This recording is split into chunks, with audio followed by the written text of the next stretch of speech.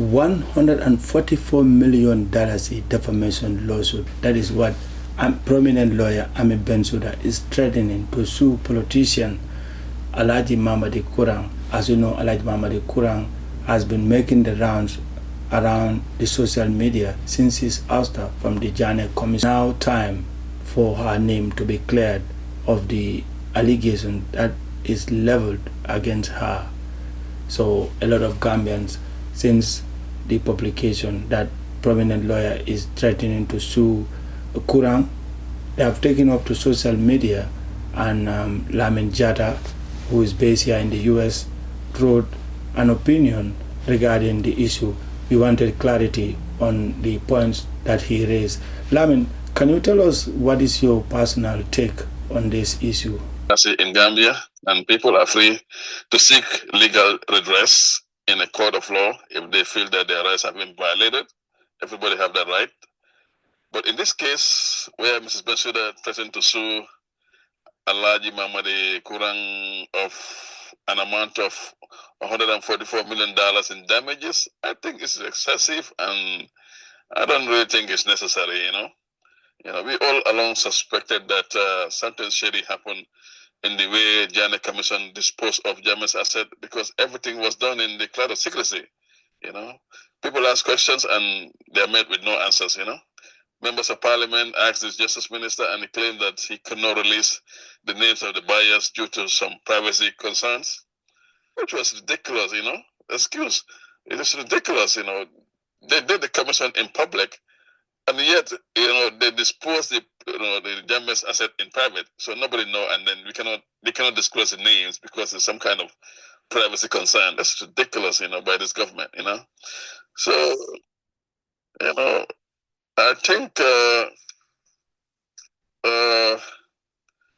amount of $144 million that Mrs. Bensouda is asking for is excessive, and I think her main goal is to intimidate and silence Mr. Kurang and people like him who are trying to ask questions about this commission, the way the Janneh Commission, run business. They just try to threaten and intimidate all of us. So she was the lead counsel of the Janneh Commission, which is accused of some underhand dealings. She is a public figure, and every Gambian has the right to question the way she conducted herself in that role. She has the right to refute any accusation against her with concrete evidence. She also has the right to seek redress in the court of law. But the legal route she is now taking against Mamadi Kurang, I think, is frivolous, and I definitely think is an overkill. It's not necessary the way the way she's going with this thing. I think the youth have enough. I think the youth have enough of this looting and the cover up in this government and their agents. The people demand transparency and accountability, and this president and his government must act fast to address the concerns of the youth and the people of the Gambia and stamp out corruption, and also explain exactly how they get rid of Jammeh's asset and whatever happened there, and then prevent anything like that from happening again, because corruption destroys the fabric of society. So we cannot tolerate corruption, and Bello, it seems like, have some tolerance for corruption. It's not acceptable. You have to act quick and correct this situation. What is your take-home message on the political scenes in the Gambia? The way forward is that hence the President of the Republic, Mr. Adam Barrow, committed that he's going to investigate and get to the bottom of what happened by the setting up of the parliamentary inquiry.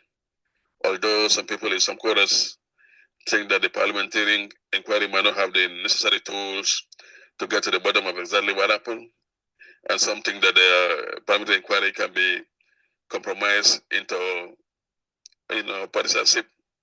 But at the end of the day, this is a very significant national issue, and then everything should be done to make sure that we get to the bottom of what happened, and impartially investigation, and to know the truth of exactly what happened, so that we can put up the corrective measures to punish those who are responsible, to recover what is stolen, and to prevent this thing from happening again. because we cannot tolerate this kind of behavior in a country like ours, which render our youths helpless and desperate. It's corruption. Corruption render our youth helpless and desperate to the point that they venture into this, dangerous backward journey to Europe, which kill many of them. And then it's like the Gambian government or society itself, kind of normalized this kind of trend that the youth go on the back way and die there in their droves. That's not acceptable. We have to put a stop to corruption so that we offer our youth some hope in their own country so that they can be responsible leaders of tomorrow. And I'm very glad that the youth are taking the lead themselves to demand for answers, and they must sustain this until everything come to light, and then, so that we can move on from there. Well, on the line from North Carolina, we are speaking to Mo Thomas. Mo Thomas, tell us what you make of the current political scene in the Gambia.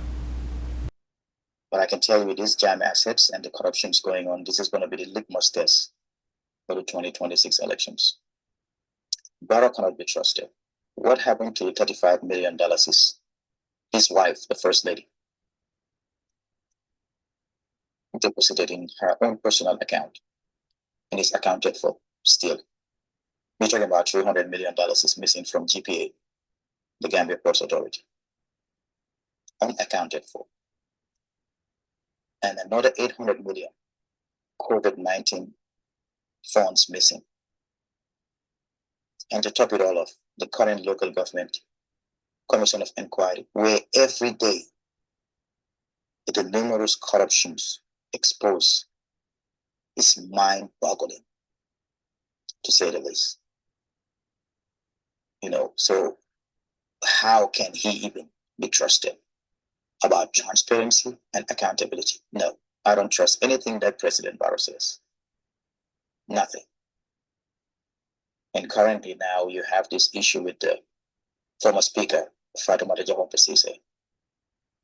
I always say this, you can disagree with somebody, but she's a woman, number one. She's somebody's mother. Criticize her, challenge her on merits, challenge her on evidence of whatever she might say, but the name calling, it's not politics. That's personal attacks. That doesn't take the nation nowhere. So I think we should desist from such. But that was Mo Thomas speaking to me from North Carolina. This is all what we have for you in this episode. Come back as soon as possible.